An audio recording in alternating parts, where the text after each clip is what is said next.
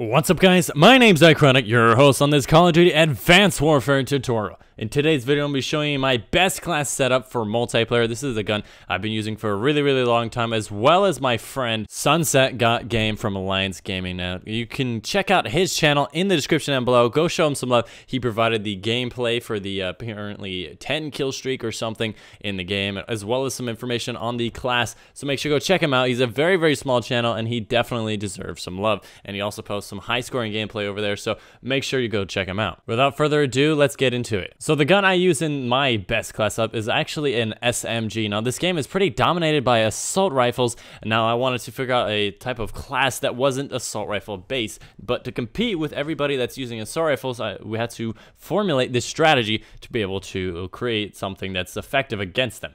So I'm going to be using the KF5. It's the first submachine gun you get with a red dot sight, stock, and grip. With the primary gunfighter, obviously, we get that third attachment, just so that it's very accurate over range and has some type of competing ability against the enemies. For the most part, I almost never use a secondary, which is why it's important to use that extra point on something else. So I just use a combat knife and I pick up something on the battlefield if I want it. As for the perks, the first perk being low profile. It helps you get behind the enemies, get them right up in their ass. You know, with a submachine gun, you got to be really close, and it definitely helps to be a little bit more stealthy in that sense. Blind eye, for the same reason as the one before. You don't want these big kill streaks taking you down. Even though the kill streaks aren't that powerful, they definitely do hurt you sometimes. So blind eye is really helpful to just keep you away from them. And for the most part, perk 2 is not my favorite type of perks, and there's not a lot of perks that I really like. So blind eye is just really useful. You never have to worry about that again.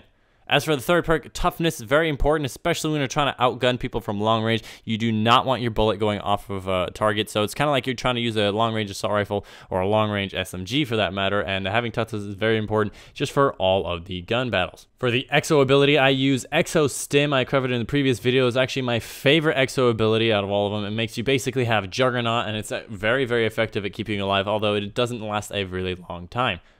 And for the grenade, I just use a Semtex just because, you know, it's better than everything else, and it does actually stick onto targets, so it is pretty fun to stick somebody in the face and then run away from them with a boost. And lastly, the Score Streaks is a UAV, a Paladin, and a Missile Strike. These are just kind of standard things. Pretty much my philosophy on this is that by the time you've got a UAV, you're halfway to a Paladin anyway, so you might as well just stick it on. It's like you're getting a UAV twice.